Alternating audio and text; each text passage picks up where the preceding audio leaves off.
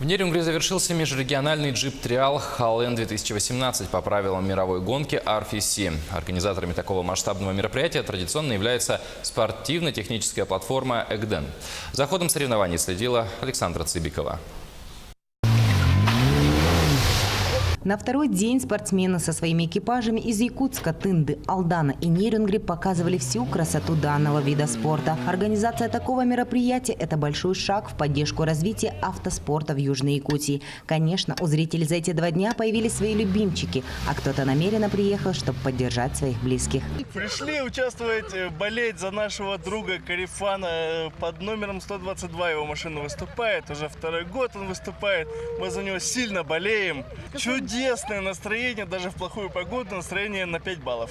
Ландшафты нерюнгринской природы в точности соответствуют мировым стандартам RFC. Прохождение небольших по протяженности спецучастков с лимитом времени в 15 минут. Большое значение имеют мастерство пилота, мощность двигателя машины, скорость сматывания лебедки и высокая прочность внедорожника. Несмотря на дождь, члены экипажа, переходя вброд по пояс в воде, вытаскивали своих увязших в грязи железных товарищей, чтобы стать победителями в своей категории. Мы популяризируем технические виды спорта. Вообще в целом автоспорт у нас здесь в городе Нерюнгри, в районе, в регионе. Но и также хотим привлечь массы внимания к нашему направлению и движению экстрима.